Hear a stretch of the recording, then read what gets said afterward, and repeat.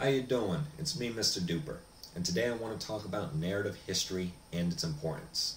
Now, every history buff out there right now is hearing the word narrative history and importance is freaking out. But don't worry, I'm not talking about narrative history in the modern sense. For those who don't know, narrative history refers to politicizing historical events to fit a modern narrative, often political or religious or something of that nature. And that is wrong, because the people of the past, they had different worldviews, they had different ethics, they had different social taboos and different things that were socially acceptable to them. And it was a different world, and we cannot judge them on a moral basis of today. We have to judge them in the historical context. Because, quite frankly, 100 years from now, we're going to be judged, and some things we just don't know better. We have never heard certain things. We had never heard certain thoughts, and we are products of our environment. So, but what I'm referring to for narrative history is the storytelling of history, a narration, this grand story of our world. And when we tell this story, we have to be accurate.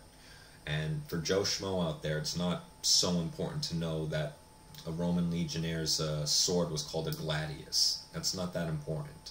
What is important is how the Roman soldiers lived. What was their motivation? Were they fighting for the glory of Rome, or were they fighting to get their pension in salt? Yes, Roman soldiers were paid in salt for periods of time, but besides the point. We need to tell a story so people remember. The old adage of those who do not remember history are doomed to repeat it is true. But we're not telling the stories. We don't remember history because we don't know who these people were. We don't remember who they were, I should say. Right? When we look at Julius Caesar, alright, what do people know? He was the first emperor, and he was killed by the Senate. Alright, you know, a couple of educated people will remember Et tu, Brute, and Jus, Brutus, but what happened? What was the lead up? And for the average person who doesn't know that, they don't see the parallels in modern day. And I'm not going to talk about modern politics, that's besides the point. But there's lessons that we can learn from history. Sticking with Caesar, it was his abuses of power and his un-Romanness and assuming authority and not even disguising it, but just boldly saying and thinking that he was so beloved by the masses that he could do whatever he wanted. That's what got him killed. He was unpopular with the Senate.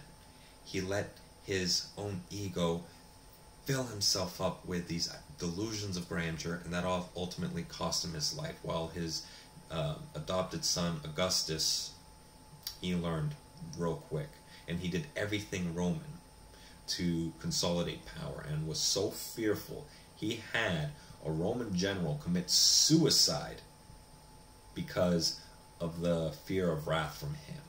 That was Roman. But obviously these things he did wasn't moral. What did he do to the Gauls? He enslaved countless of them. He killed countless of them. He was a very tyrannical man, and yet he's revered because he did more than just atrocities. He built up Rome. He enriched the empire, well, the republic. He enriched the republic and then later turned into an empire. But that fall of democracy, wasn't a democracy, but just bear with me, you history buffs out there. But that fall of democracy with the consolidation of power and that betrayal from the people he loved, like Brutus, that is the story we need to tell. We don't need to tell the story of on this date this happened, this date that happened, this date that happened. It goes over people's heads, and most people won't remember. We need to tell the story of a man who came from moderately humble beginnings, worked his way up through bloodshed and strife and sheer cunning and will, and then allowed ego to consume him. That is a good story, and how he was betrayed by those closest to him. And the famous words, Et tu, Brute, where he saw one of his most beloved friends stab him. That is the story we need to tell. Not the dates. Well, the dates are important, but we need to tell the stories, because that's how we learn. People are not automatons. We are not books. We don't remember everything. We remember emotional things. And we need to tell history in a broader sense with these stories. Now, I know there's going to be a lot of people out there who disagree with me, and I encourage that. I want to hear your reasons why we shouldn't tell stories for history. But I'm not referring to actual historians and the cataloging of things. That needs to be preserved. But for Joe Schmo, I think we need a little bit more narration in our stories. That way we can remember history and never repeat it.